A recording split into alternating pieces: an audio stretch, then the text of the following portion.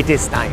I mean, this is incredible कि इतने सारे खिलाड़ियों को छोड़ा है. David Miller may be a little bit of surprise. Johnny Bairstow, is he going to be a knight now?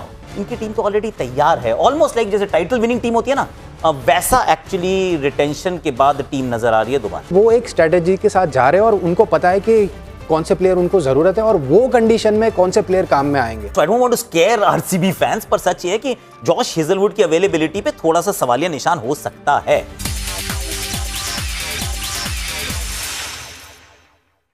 It is time. किस team ने किस खिलाड़ी को रिटेन रिलीज किया है? रिलीज की लिस्ट में कौन सी बड़ी हेडलाइंस है? चेन्नई सुपर किंग्स की तरफ चलते हैं. संजू सैमसन को आपने अपना लिया है ट्रेड में, लेकिन रिलीज में द बिग हेडलाइन इस कि दोनों न्यूजीलैंड के खिलाड़ी रचिन रविंद्रा और डेवन कॉनवे और मतीशा पथिराना, जिसमें बहुत इन्वेस्टेड थी Chennai super kings, he has been released. Akash Chopra और भी खिलाड़ी हैं, आंद्रे सिद्धार्थ, दीपक हुडा, डेवन कॉनवे, नागरकोटी, पथिराना, रचिन रविंद्रा, राहुल त्रिपाठी, शेख रशीद, वंश बेदी और विजय शंकर. बट तीन जो बड़े नाम, दो न्यूजीलैंड के players and Matheesha Pathirana. People tend to forget कि 9.75 करोड़ रविचंद्रन के भी इनके पास अब अवेलेबल है, क्योंकि वो रिटायर हो चुके हैं. तो वो वाले पैसे भी आप पर्स में डाल दीजिए. 43.4 crore. I mean just let that sink in. Plus जो एक्स्ट्रा पैसे मिलते हैं ना, 5 करोड़ रुपए जब आप ऑक्शन में जाते हैं, तो ये 50 करोड़ के साथ अगर बैठने वाले हैं विद अ टीम जो उन्होंने ऑलरेडी नई बनानी शुरू कर दी है, आई थिंक इनक्रेडिबल जगह पे अपने आप को पाएंगे. संजू सैमसन आ चुके हैं, ट्रेवॉल ड्रेविस आ चुके थे, उर्विल पटेल आ चुके हैं, आयुष म्हात्रे आ चुके हैं, और गुरजपनीत को इन्होंने छोड़ा नहीं है. दोनों को, ड्रेविस को भी रखा और गुरजपनीत को भी रखा. तो गेंदबाजी भी अच्छी है. नेथन एलिस पे आई बिलीव बहुत इंटरेस्ट था बाकी टीम्स को, पर उनको नहीं छोड़ा है. आई थिंक जो बड़ा सवाल होगा इस टीम के लिए आगे जाते हुए, वो ये है कि अब अश्विन नहीं है, जाडेजा नहीं है, तो नूर अहमद के साथ सिर्फ श्रेयस गोपाल के रूप में एक प्रूवन स्पिन ऑप्शन है. अब स्पिनर्स की शॉपिंग करनी पड़ेगी. आई बिलीव एक और लेग स्पिनर रिलीज हो रहा है, आ जाएंगे उसके ऊपर.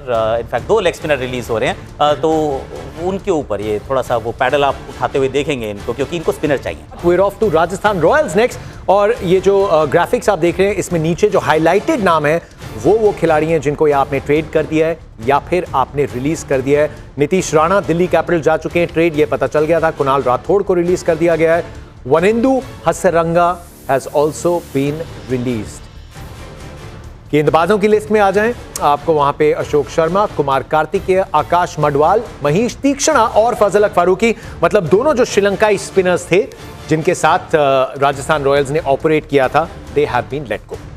देखिए वो परफेक्ट मूव है. देखिए अगर उनकी गेंदबाजी आप आखिरी सीजन में देखेंगे तो उन्होंने अच्छी गेंदबाजी नहीं करी, इसीलिए रविंद्र जडेजा का वहां पर जाना जरूरी था, इसीलिए उनको वहां पर लिया गया है. तो रविंद्र जडेजा के 4 ओवर वहां पर मिल जाएंगे. स्पिन में शायद एक और गेंदबाज वो ढूंढने की कोशिश करेंगे, बट सैम करन वहां पर बीइंग एन ऑलराउंडर आ चुके हैं.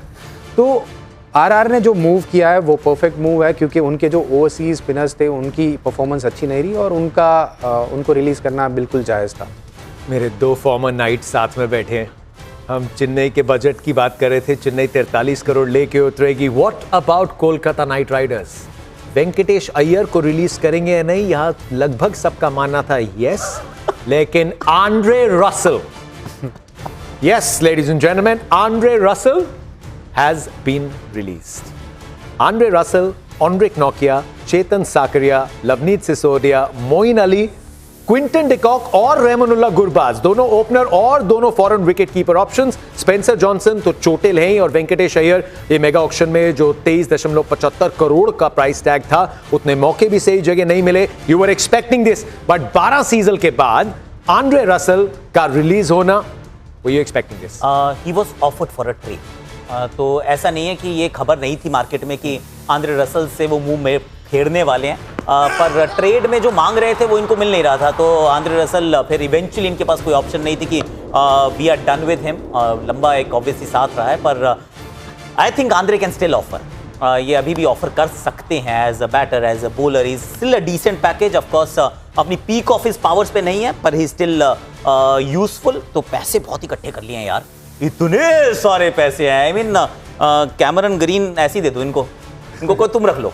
आई मीन क्योंकि ये क्या लड़ाई है? ये 110 तो टोटल करोड़ रुपए होते हैं आपके पास, उसमें से 64 करोड़ लेकर ये बैठने वाले हैं. I mean this is incredible कि इतने सारे खिलाड़ियों को छोड़ा है, जिसमें ऑनरिक नोकिया भी हैं, जिसमें स्पेंसर जॉनसन भी हैं, दोनों विकेट कीपर बैटर गए, यानी कि Jonny Bairstow is he going to be a night now, या फिर Jamie Smith. I mean one option, लेकिन ये थोड़ी आप उम्मीद, जब मैनेजमेंट बदली है, हेड कोच वहां पे बदले हैं, तो फिर एक रीवैम्प की तरफ कोलकाता नाइट राइडर्स जाता हुआ ये बात स्पष्ट दिखती है। मुंबई इंडियंस जिनका सीजन अच्छा था, ऑलरेडी एक बहुत स्ट्रांग टीम। हमने ट्रेड्स की बात कर ली, बहुत स्मार्ट ट्रेड्स मुंबई इंडियंस के।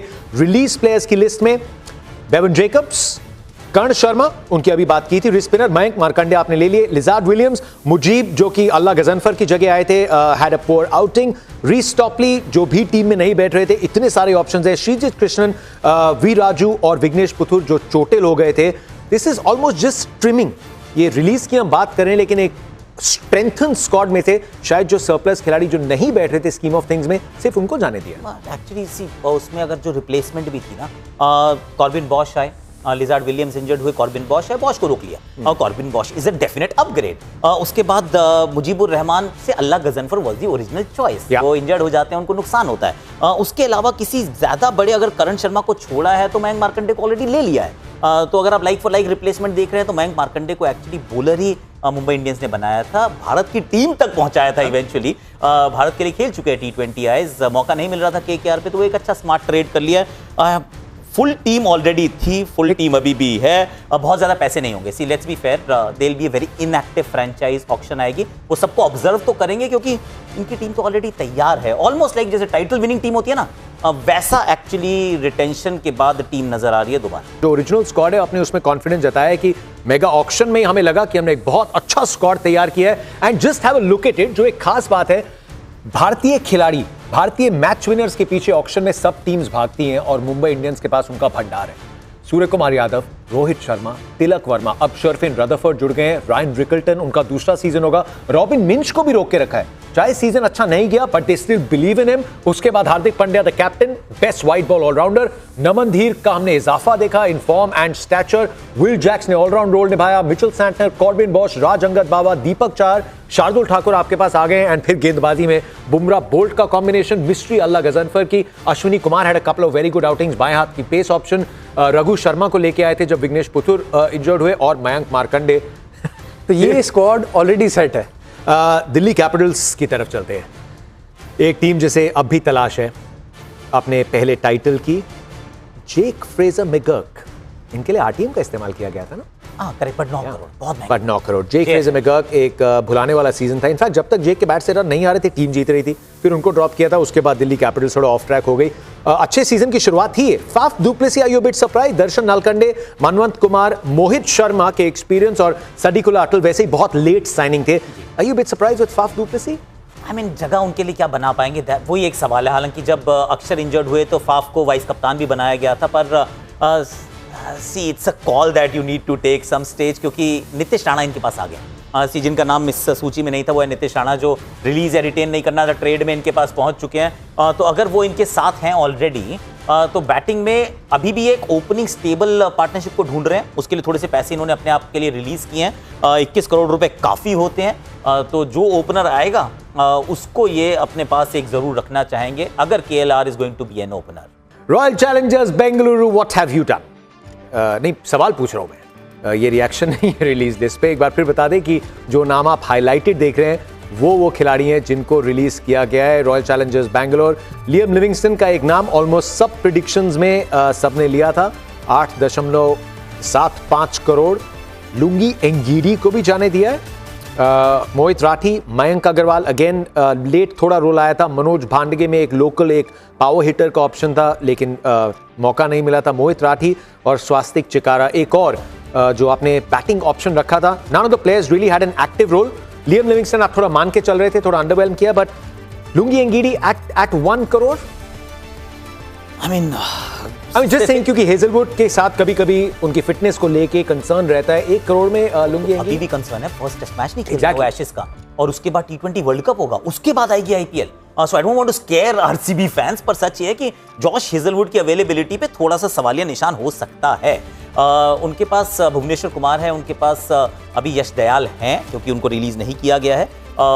मैं सोच रहा हूँ न्यूमन तुषारा भी इनके पास हैं, जिनको अभी इन्होंने रोक के रखा है अपने पास, तो ऑप्शन है। रसीक सलामदार के बारे में सोच रहा था, हाँ कि 6 करोड़ क्या उनको छोड़ेंगे और स्पिन के ऑप्शन थोड़ा सा बढ़ाने का प्रयास करेंगे। सो इंटरेस्टिंग है कि 16 करोड़ अभी भी इनके पास हैं, पर Lungisani Ngidi 1 crore, I could have actually stopped him, पर शायद वो 2 ओवरसीज प्लेयर्स के स्लॉट खाली करना चाह रहे हैं कि हमें चाहिए 2 स्लॉट। अब वो 2 स्लॉट में बाकी 6 में से किसी भी ओवरसीज को नहीं छोड़ सकते, तो उन्होंने कहा इन दोनों को छोड़ देते हैं। सरपंच साहब की टीम से जिन्होंने बहुत कमाल का प्रदर्शन किया, and for once you will be going into an auction जहां पंजाब किंग्स कोई रिवैम्प की तरफ नहीं देख रही।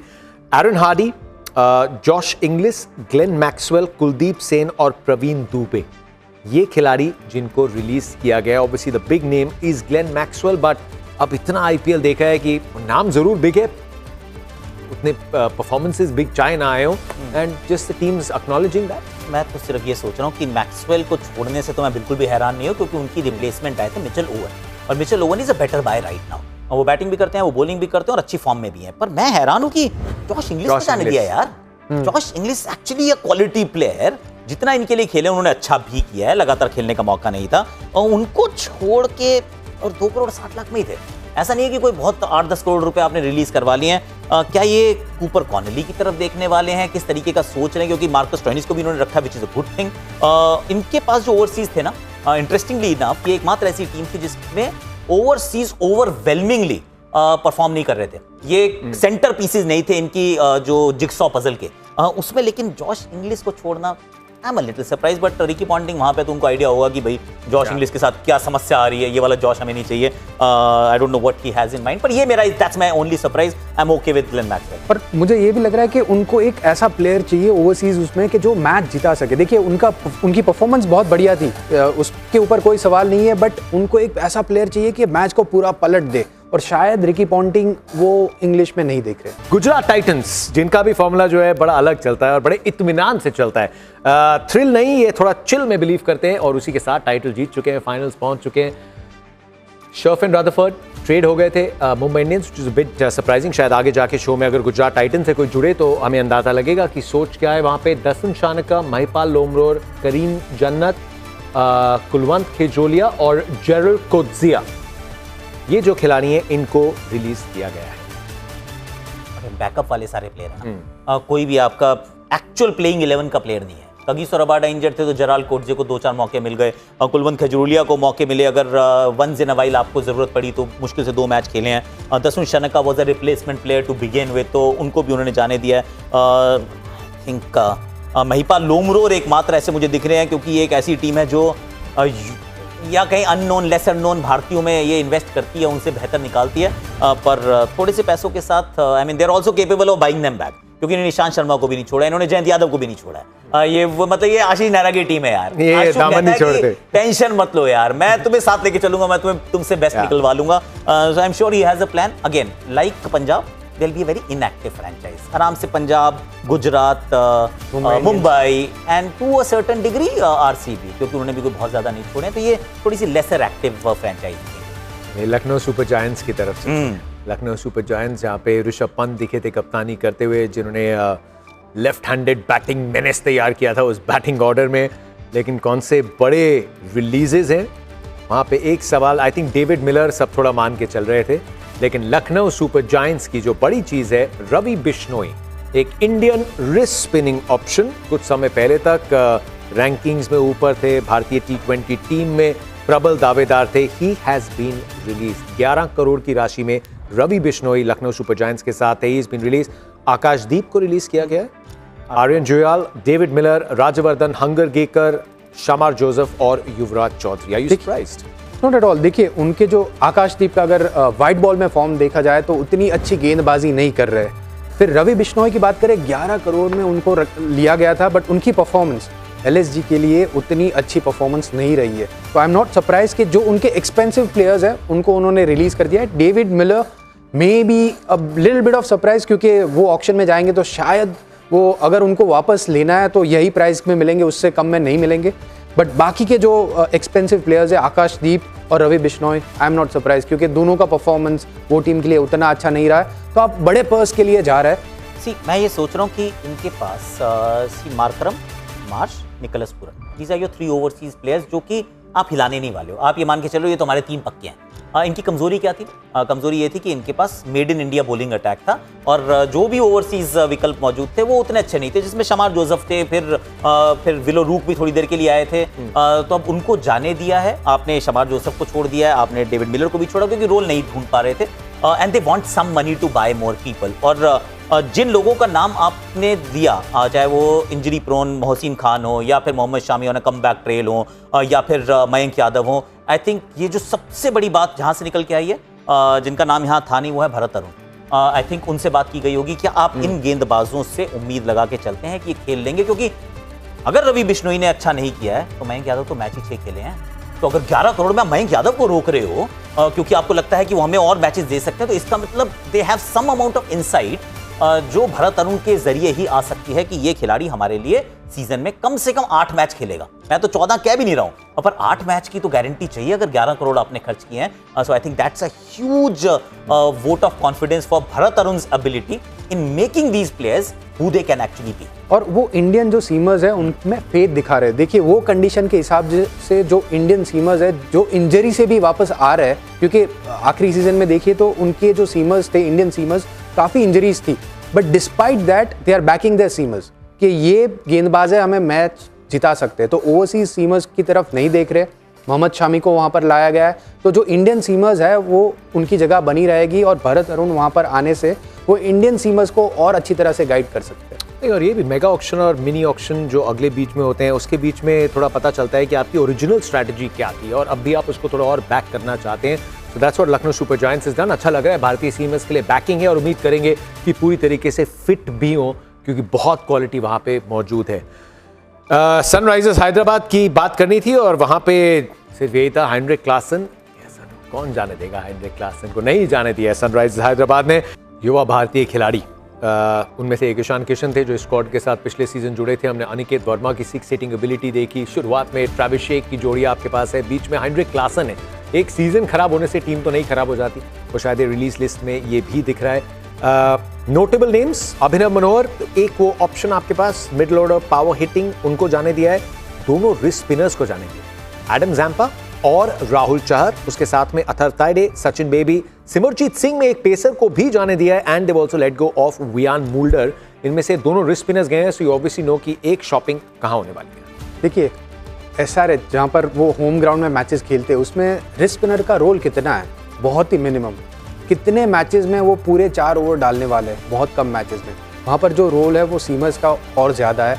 तो वैसे विकेट में yes you need a wrist spinner, आपको अच्छे स्पिनर की ज़रूरत है, बट डैन विटोरी और पैट कमिंस दोनों की जो जोड़ी है वहाँ पर उनका जो कम्युनिकेशन है, जिस तरह से वो स्ट्रैटेजी बनाते हैं, जिस तरह से प्लानिंग करते हैं, उनको पता है कि वो क्या ढूंढ रहे हैं। बहुत ज़्यादा क्लैरिटी है उनमें, तो वो एक स्ट्रैटेजी के साथ जा रहे हैं और उनको पता है कि कौन से प्लेयर उनको ज़रूरत है और वो कंडीशन में कौन से प्लेयर काम में आएंगे। तो उस तरह से उन्होंने निर्णय लिया है।